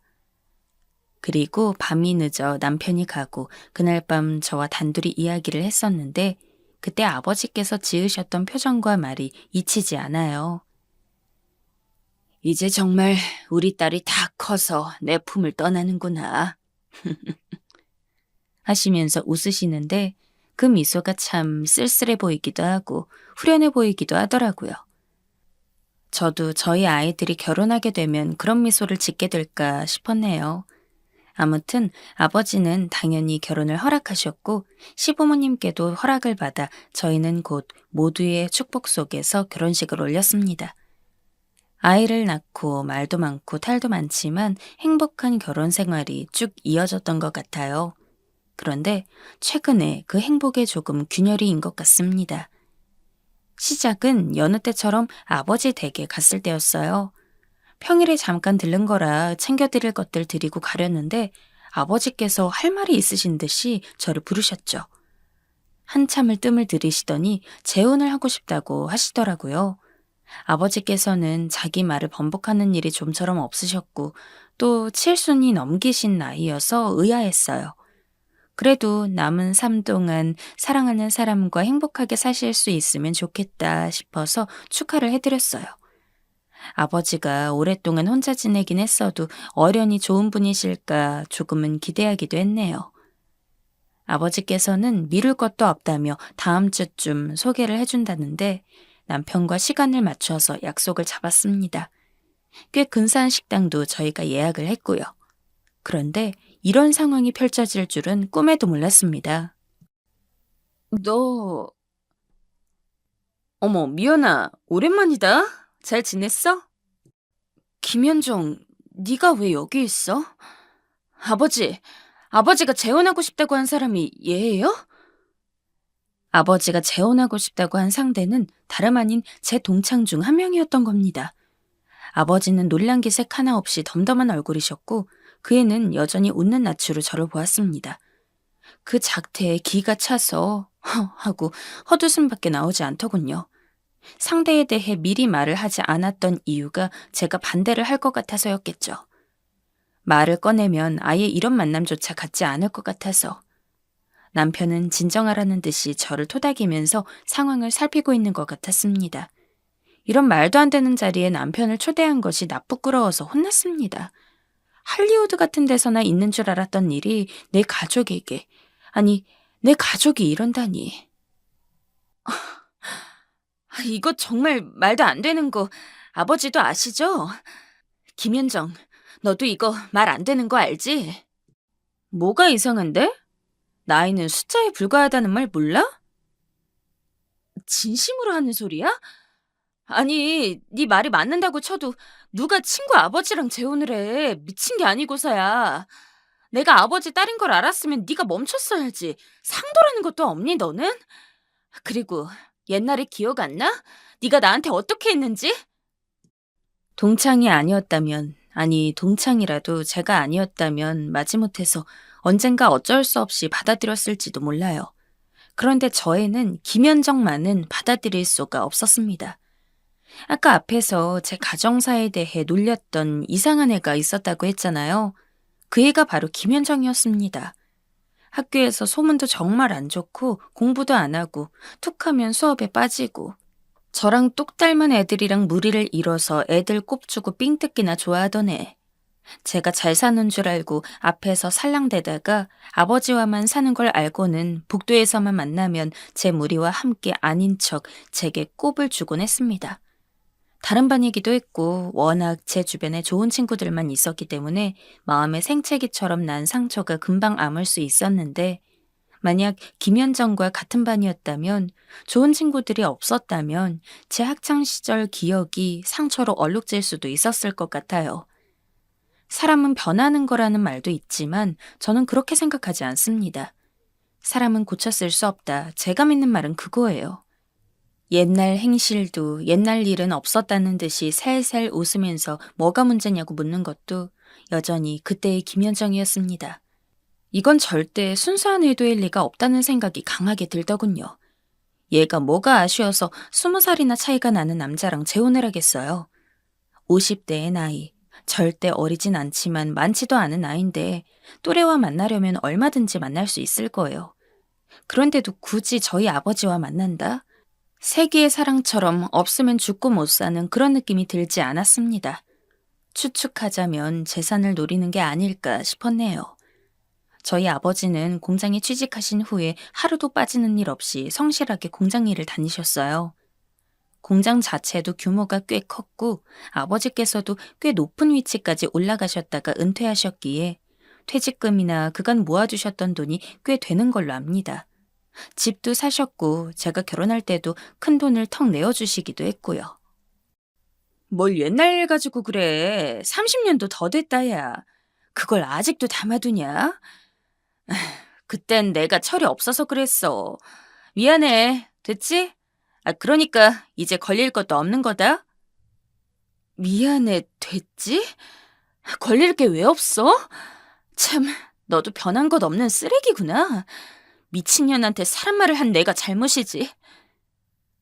저 말을 듣기 전까지는 그래도 변했을 수도 있지 않나 하고 가능성을 한 구석에 남겨뒀었는데 앞으로도 제 사전엔 사람은 변할 수 있다라는 말을 영원히 드리지 않기로 했습니다.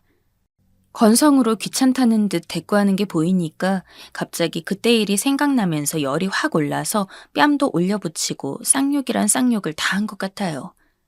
데리고 나가려는 남편도 뿌리치고 한참을 아버지와 걔한테 했던 것 같네요. 하다 보니까 더 화가 나서 그때 뭐라고 했던 건지 정확히는 기억이 잘 안 나요. 아니, 어쩌면 그 다음 상황이 너무 충격적이어서 다른 걸 다 잊어버린 것 같아요. 한참을 듣고만 있던 아버지께서 제게 화를 크게 내시더니 걔 뺨을 감싸고는 괜찮으냐고 싸고 돌더군요. 제가 아니라 걔를요. 그 꼴을 보고 너무 어이가 없어서 할 말을 잃었습니다.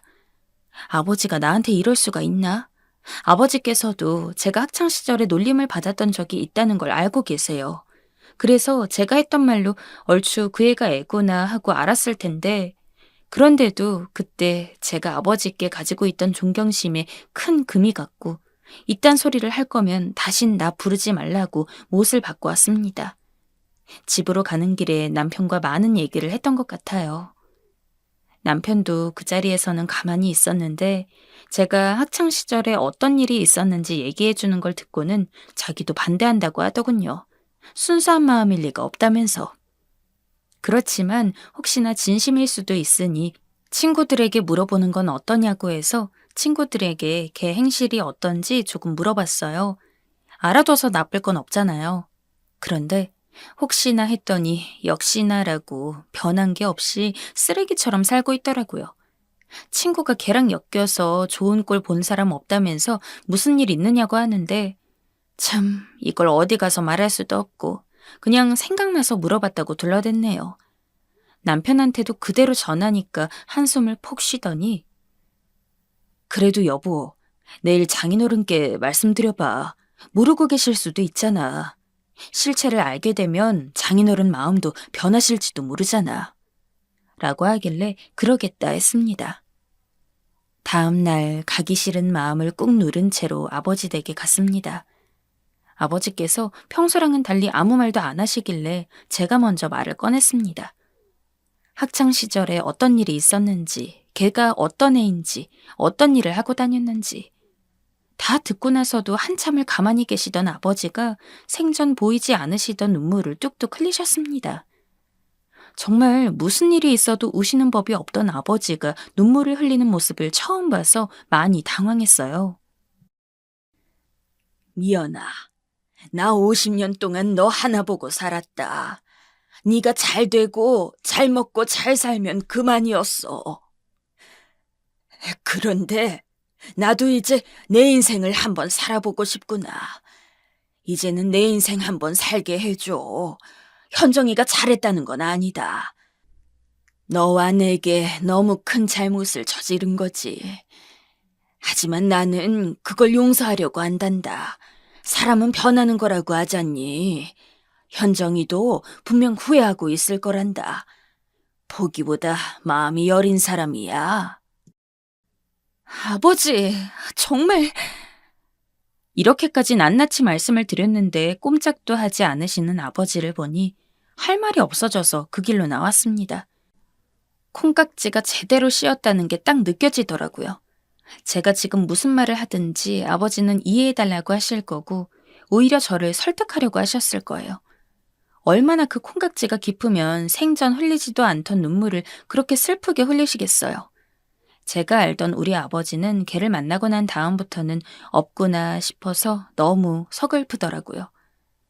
내가 그런 일을 당했었다는데도 그 사람을 감싸는 모습, 무슨 일이 있어도 내 편이 되어줄 것 같던 사람이 사라지니까 마음이 텅 빈 것 같았습니다. 당장 걔라도 만나서 단판을 지으려다가 남편이 말려서 참았어요. 일단 장인어른께도 시간을 드리는 게 좋지 않겠어? 그러다 여기보다 더 가면 나는 아버지가 걔 감싸고 도는 거 더는 못 봐. 지금은 그럴 수 있는데 장인어른께서도 문득문득 생각나실 거야. 그리고 생각을 정리해 보시겠지. 그 여자가 어떤 사람인지, 내 딸한테 무슨 짓을 했던 건지. 조금만 더 뒤에 장인어른께서도 충분히 생각하시고 나면 그때 다시 한번 얘기해봐. 그래도, 아니야, 그래. 아직 하루밖에 안 지났으니까 아버지도 복잡하시겠지. 당신 말대로 할게.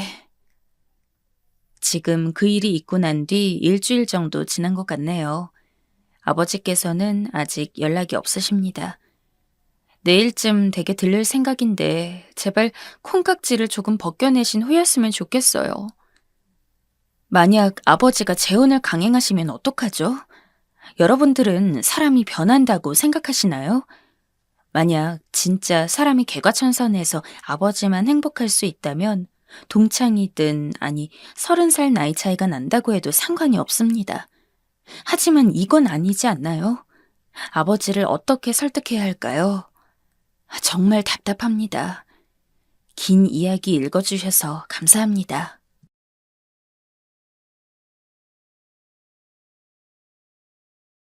톡톡사연 채널에서 우연히 투표한 것을 보았습니다.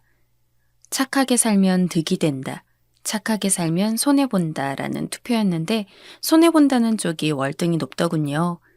사람이 살아가는 환경이 다르다 보니 단정 지을 순 없지만 제 이야기를 해보려고 합니다. 끝까지 들어주시고 많은 분들이 공감하셨으면 좋겠습니다.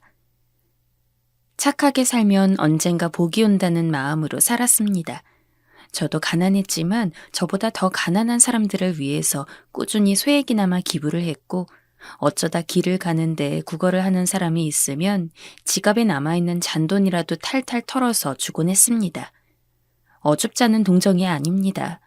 솔직히 제가 남을 동정할 만큼 잘 살고 있는 것도 아니고요. 동정보다는 오히려 공감에 가깝겠네요.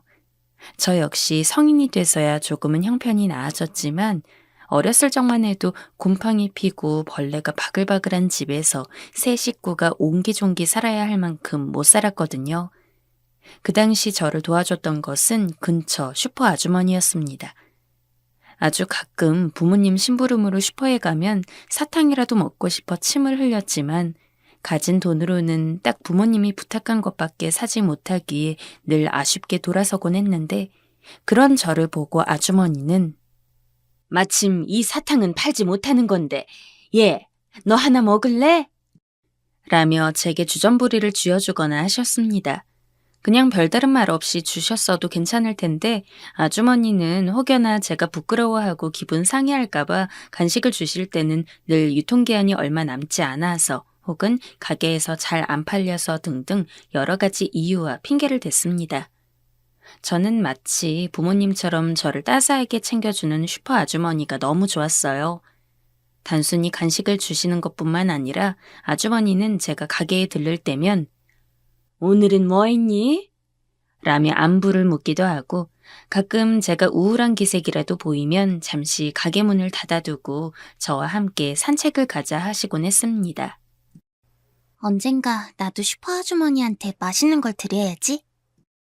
아주머니에게 도움받았던 것이 무척이나 많았던 만큼 저는 어린 마음에 그런 다짐을 할 정도로 아주머니를 따랐습니다. 하지만 아주머니가 암에 걸려 일찍 세상을 떠나게 되었고 저는 아주머니 장례식장에서 내내 엉엉 울었습니다.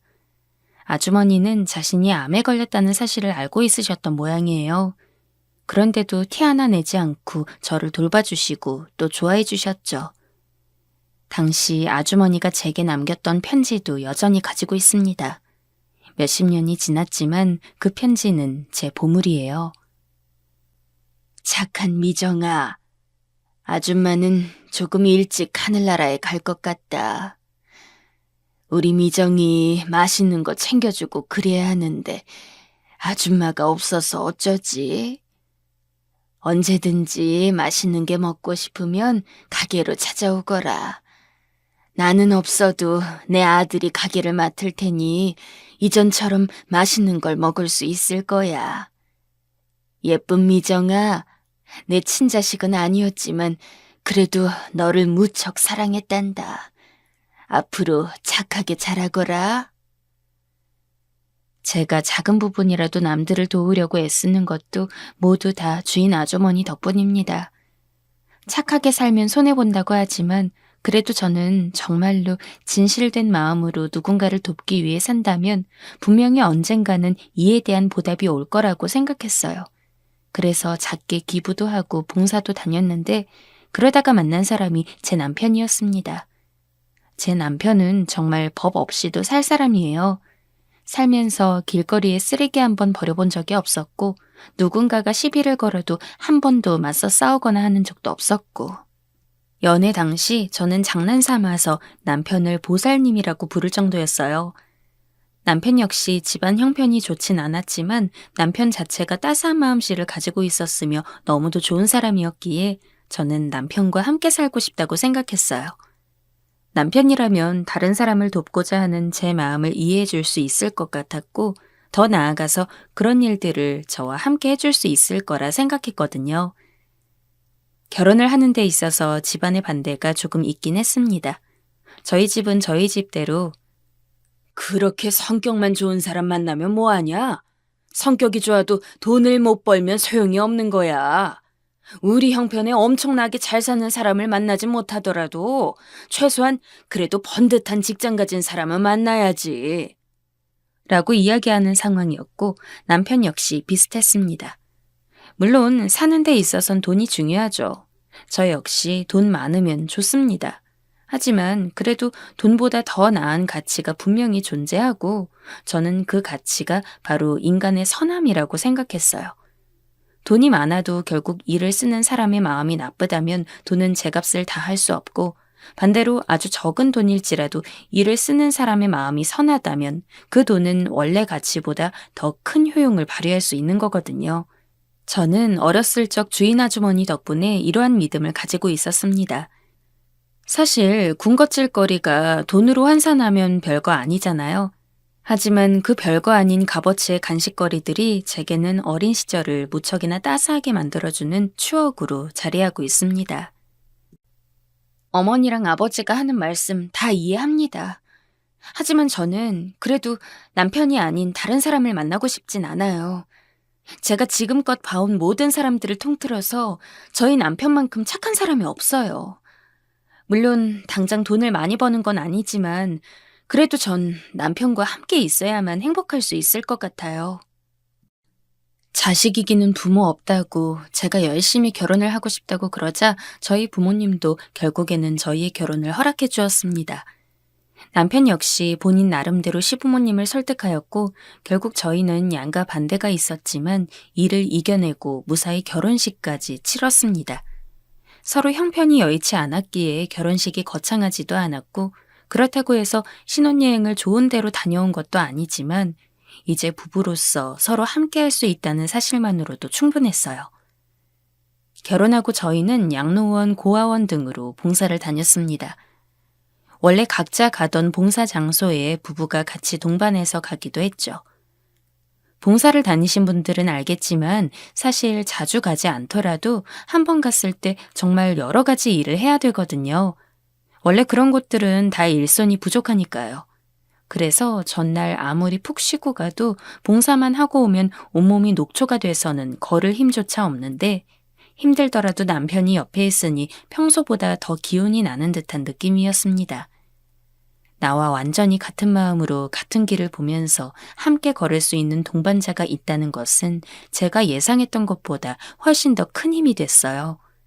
물론 그렇게 봉사를 다니면서도 부부끼리 오붓하게 보내는 시간을 소홀히 하진 않았습니다.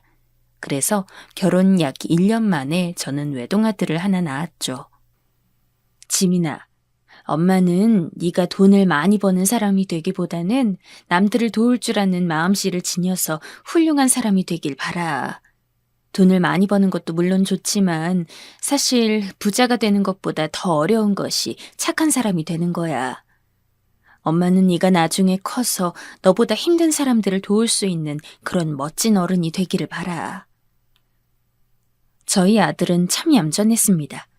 아기 때부터도 칭얼거리는 거 하나 없었고 어설프게나마 걷고 말을 하기 시작한 뒤에도 저와 남편의 말이라면 무조건 고개를 끄덕끄덕하며 들었고 장난감 하나 없이도 언제나 깨르르 웃는 그런 착한 아들이었죠.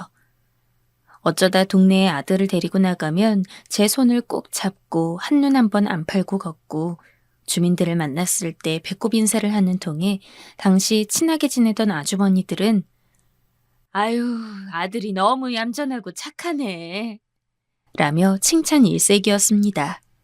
엄마 아빠 먹으라며 하나밖에 없는 간식을 나눠줄 줄 아는 아이, 부모에게 사랑한다는 말을 입에 달고 사는 아이였습니다.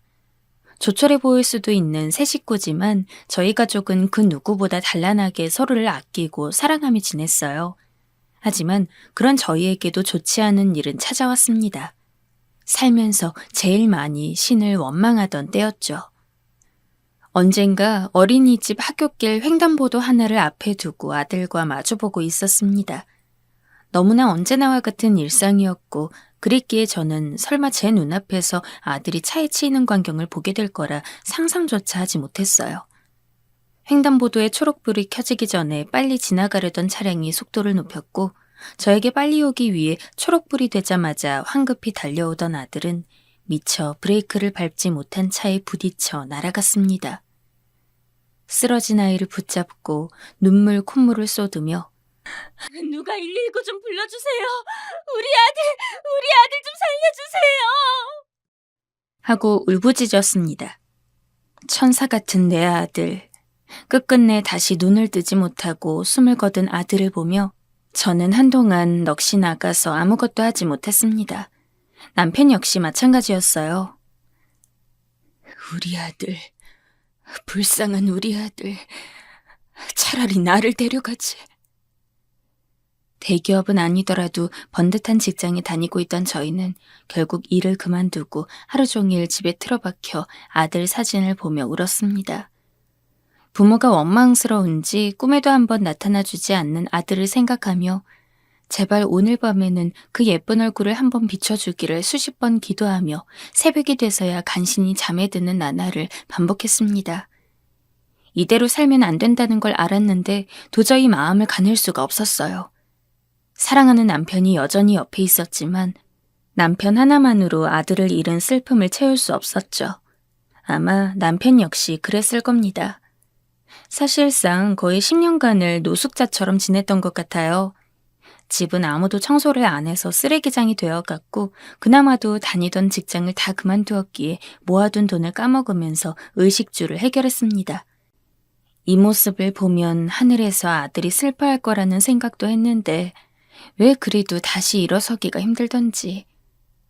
언제나 아들을 중심으로 하여 따스한 웃음만이 감돌았던 저희 집은 한여름에도 차가운 냉골과 같았습니다. 오늘은 뭐 했는지, 이제 뭐 할지 소소하고 작지만 단란한 이야기를 나누던 저희 부부는 이제 정말 필요한 이야기를 제외하고는 대화조차 하지 않게 되었습니다. 서로를 싫어했던 것은 당연히 아니에요. 하지만 아들이 없는 상황에서 차마 예전처럼 다시 웃을 수가 없었던 것뿐이죠. 여보, 꿈에 우리 아들이 나왔어. 아들이. 그렇게 죽을 때까지 아무것도 하지 않고 무기력하게만 살 것 같은 저희가 일어날 수 있었던 이유는 바로 꿈에 나온 저희 아들 덕분이었어요. 아들이 죽은 지 10년 만에 처음으로 꿈에 나온 것이었죠. 꿈에서 아들은 여전히 어린 모습이었습니다. 하지만 살아있을 적보다 말을 또박또박하게 했고 평소 얌전하던 것과는 달리 이곳저곳 뛰어다니며 활발하게 지내고 있었죠. 본능적으로 저는 그게 꿈이란 걸 알고 있었으며 아마 아들이 있는 곳은 우리가 흔히 이야기하는 하늘나라일 거라고 생각했던 것 같습니다. 너무도 행복하게 지내는 모습에 저도 모르게 눈물이 나와 손으로 눈물을 닦아내는데 언제 앞에 와 있었는지 아들이 저를 많이 보더군요. 그리고는 제 손을 잡았습니다. 엄마, 사랑해요. 아들이 죽고 꼭 한 번만 더 듣고 싶었던 말이었는데 아들은 그 어느 때보다도 반짝반짝하게 생긴 눈으로 저를 마주 보았습니다. 그리고 사랑한다고 이야기해 주었어요. 그 말을 듣자마자 꿈에서 깼는데 정말로 아들과 손을 잡은 것처럼 아들에게 잡혀있던 왼손이 따뜻했습니다. 그 온기를 느끼자마자 저도 모르게 펑펑 울며 남편을 깨웠어요. 그리고 남편 역시 제 꿈 이야기를 듣자마자 눈시울을 붉혔죠. 정말 신기한 게 뭔지 아시나요? 제가 꿈을 꾼 뒤 며칠 뒤 아들은 남편 꿈에도 나타났습니다. 내용은 달랐지만 남편의 꿈에 나왔던 아들 역시 남편에게 사랑한다고 했다고 하더군요.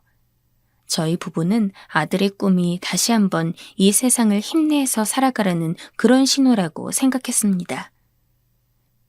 우리 이제는 정말 정신 차리자. 비록 꿈이지만 난 그 꿈처럼 우리 아들이 하늘나라에서 그 누구보다도 행복하게 지내고 있을 거라 믿어. 그러니까 우리도 살아서 우리가 할 수 있는 일을 하자. 다시 회사를 다니긴 힘들었기에 저희는 집 근처에 작은 포장마차 노점을 열었습니다. 그리고 겨울에는 붕어빵을, 나머지 계절에는 떡볶이, 튀김, 순대와 같은 분식을 팔았어요. 장사가 잘 되는 것은 아니었습니다. 하지만 언제나 성심성의껏 친절하게 손님들을 대하다 보니까 다른 포장마차나 가게에 들려도 되는데도 불구하고 일부러 저희 포장마차를 찾아와서는 음식을 살 정도의 단골들도 많이 생겼어요. 그렇게 하루하루 장사를 하고 있었습니다. 계절마다 장단점이 있긴 했지만 저희 부부가 추위를 무척 못 견디는 성향이라 겨울철에 장사하는 게 유독 힘들었어요. 붕어빵을 판다고 해도 그 온기가 엄청 대단한 것도 아니었고 포장마차가 허름하다 보니 보온도 잘 안 돼서 저희는 겨울이 올 때마다 늘 덜덜 떨며 붕어빵을 팔았습니다. 그날도 붕어빵을 팔고 있었는데 웬 10살 정도 돼 보이는 어린애랑 많아봤자 5살 혹은 6살 정도 되는 어린애가 둘이 손을 잡고 포장마차 앞을 기웃거리더라고요. 특히나 둘 중 더 어린 애는 딱 살아생전 저희 아들의 또래로 보였습니다. 순간 떠난 아들 생각이 나서 조금 마음이 차분해져서 저도 모르게 아들 생각을 하고 있는데 꼬질꼬질해 보이던 두 아이는 주머니에서 동전을 세는 듯 하다가 붕어빵을 흘낏 보더니 고개를 가로젓더라고요. 딱 봐도 붕어빵을 사 먹기에는 돈이 부족한 것 같았습니다. 얘들아, 이리 와서 붕어빵 먹을래? 어차피 큰돈 벌려고 장사하는 것도 아니었습니다. 그리고 다른 것도 아니고 아들 생각을 나게 하는 아이들에게 부족한 돈을 받으면서 붕어빵을 주고 싶지도 않았어요. 그래서 저희 부부는 아이들을 불러서는 하얀 봉지 붕어빵 10개를 포장하여 주었습니다. 아무 돈도 받지 않고 말이죠. 아이들은 처음에는 선뜻 받지 못했지만 흰 봉지 안에서 하얗게 피어오르는 붕어빵 냄새에 침을 꼴깍꼴깍 삼키더니 결국 저희에게 꾸벅 머리를 숙이고는 둘이 붕어빵을 나눠 먹기 시작했습니다. 앞으로도 붕어빵 먹고 싶으면 아줌마랑 아저씨 찾아와. 돈은 없어도 괜찮으니까. 그리고 아이들은 저희 말대로 며칠에 한 번씩 붕어빵을 먹기 위해 포장마차를 찾아왔습니다. 저희는 그때마다 아이들을 위한 붕어빵을 10개씩 포장해서 건네주었죠. 아이들은 제법 낯을 가리는가 싶었지만 저희와 얼굴을 자주 보고 짧게나마 인사를 나누다 보니까 저희 부부가 조금 편해진 모양이었습니다. 나중 가서는 자기들 이야기도 많이 하더라고요. 대충 들어보니까 부모님은 5살인 둘째가 태어난 직후에 할머니에게 맡기고 그 이후로는 나이 든 할머니와 살고 있는 것 같았습니다. 아줌마랑 아저씨가 준 붕어빵 할머니한테도 가져다 드리는데 할머니가 너무 맛있다고 해요. 감사합니다. 아직 어린데도 불구하고 아이들은 참 인사성이 좋았습니다. 너무 귀여웠던 것이 가끔 교회에서 홍보용으로 나눠주는 사탕 같은 걸 일부러 저희를 주겠다고 먹고 싶은 걸 참으면서 그대로 가져와서 주곤 했는데 그 마음이 참 따뜻하기도 하면서 좋더라고요. 솔직히 아들이 하늘나라에 간 이후로 아들 또래의 아이들을 보는 것이 너무나 어려웠습니다. 자꾸 하늘나라로 간 아들이 생각이 나서 눈물이 날 것 같았거든요. 처음 이 아이들을 봤을 때도 비슷한 생각이 들었지만 매일같이 얼굴을 마주하다 보니 정이 무척이나 많이 들었습니다. 어쩌다 안 오는 날이 있으면 걱정도 되고 밥은 잘 챙겨 먹고 있는지, 무슨 큰일이 일어나진 않았는지 자꾸 생각이 나고 하나 있던 아들을 잃은 뒤 절대 다시는 자식을 낳지 않기로 결심했던 저희는 며칠에 한 번씩 찾아오는 두 아이들을 보면서 점점 마음을 열었습니다. 다시 자식을 낳기로 결심한 것은 아닙니다. 다만 어쩐지 두 아이들은 아들을 잃고 슬퍼하는 저희를 위해서 하늘이 보내준 선물 같다는 생각이 들었을 뿐이었습니다. 여보, 우리 그 애들 후원해 줄까?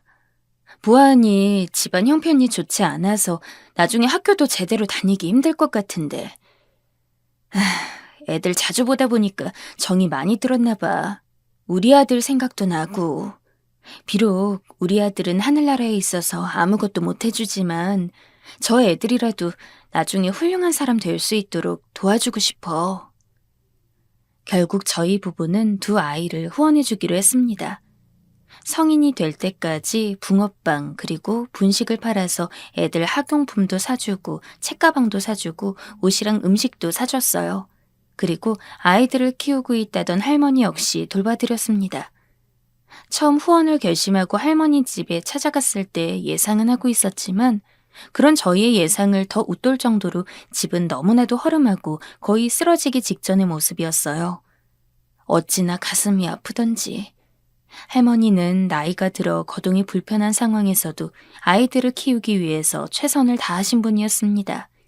그래서 저희는 벌어둔 돈으로 할머니 건강검진도 시켜드리고 약도 지어드리면서 최대한 아이들이 그리고 할머니가 좋은 환경에서 지낼 수 있도록 노력했습니다. 저희 형편이 좀 더 넉넉했으면 훨씬 더 많은 것들을 도와드릴 수 있었을 텐데. 아쉽긴 했지만 그래도 저희가 할 수 있는 한도 내에서 학비도 지원하고 이것저것 도움을 드리기 위해 열심히 했어요. 그러기를 10여 년, 첫째는 무사히 대학에 합격했고 둘째 역시 마찬가지였습니다. 뿌듯한 마음에 두 아이의 합격 소식이 너무나 기뻤습니다. 마치 제 자식이 대학에 붙은 느낌이었죠. 이제 저희가 할 수 있는 건 다 했다는 생각이 들었습니다. 아이들을 좋은 마음에 도와주긴 했지만 그렇다고 해서 저희가 아이들의 부담이 되고 싶진 않았어요. 이제 대학 다니고 그러면 돈 쓸 일도 많고 하고 싶은 것도 많을 텐데 혹여나 저희한테 어떤 부채감을 가지고 있을까 걱정이 되었습니다. 그래서 아이들이 부담을 갖지 않도록 저희는 모든 연락을 끊고서 제 고향으로 내려가 작은 식당을 냈습니다. 작은 쪽지 하나만 남기고 말이죠. 작은 손 꼼지락거리며 붕어빵 사 먹으러 오던 때가 엊그제 같은데 벌써 너희 둘 다 대학생이 되었구나. 너무나 축하한다. 너희들은 비록 우리와 피가 이어져 있진 않지만 그래도 자식 같은 아이들이었어. 너희가 행복하게 살길 바라. 소원이 하나 있다면 나중에 더욱더 어른이 되었을 때 너보다 약한 사람들을 도울 수 있는 마음을 짓는 사람이 되었으면 한다. 너희를 도울 수 있어서 행복했어. 자식 같다는 말은 거짓말이 아니었습니다. 실제로 아이들을 두고서 몰래 고향으로 내려오는데 이제 다시는 얼굴 볼 일이 없다는 생각에 눈물이 나더군요. 저희가 예상했던 것보다 더 많은 정을 줬던 것 같습니다. 그래도 고향에 내려와서 작게나마 식당을 꾸려 바쁘게 일을 하다 보니까 점점 아이들의 생각은 희미해졌어요. 물론 가끔 가다 불쑥불쑥 얼굴이 떠오르긴 했지만 그래, 대학 다니면서 잘 살고 있겠지. 지금쯤이면 직장을 다니고 있으려나? 똑부러진 아이들이니까 직장에서도 잘 지낼 거야. 라는 생각을 위안으로 삼으며 하루하루 바쁘게 일했습니다. 그렇게 식당을 운영한 지 10년. 이제는 저희 부부 얼굴에도 주름살이 늘었고 예전만큼 힘 넘치게 식당을 꾸려나가는 게 너무 어려웠어요. 그래서 식당을 운영하는 시간도 줄이면서 여유 시간을 많이 가졌어요. 잠시 문을 닫아놓고 남편과 시시콜콜한 이야기들을 하면서 햇볕을 쬐다가 다시 장사를 시작하고 저녁이 깊기 전에 가게 문을 닫고 나오고 별거 아닌 일상이었습니다. 그런데 어느 날 여느 때와 같이 잠시 가게 문을 잠가 놓은 뒤 의자에 앉아서 저와 남편이 이야기를 나누고 있을 때였습니다. 똑똑 유리문을 두드리는 소리가 나더라고요. 밖을 보니 처음 보는 청년들이었습니다. 무슨 일로 찾아오셨어요? 아직 장사 준비 전인데. 번듯한 양복을 입고 있던 두 청년은 제가 문을 열며 이야기하자 한참을 제 얼굴만을 바라봤습니다. 무슨 일인가 싶어서 눈만 꿈벅꿈벅 하는데 청년 중 하나는 너무도 놀라운 단어를 꺼냈습니다. 어머니, 저희 왔어요. 어머니가 도와주셔서 이렇게 좋은 직장 가지고 훌륭한 어른이 되어서 찾아왔어요. 두 청년은 저희가 포장마차를 운영하던 시절 도와줬던 아이들이었습니다.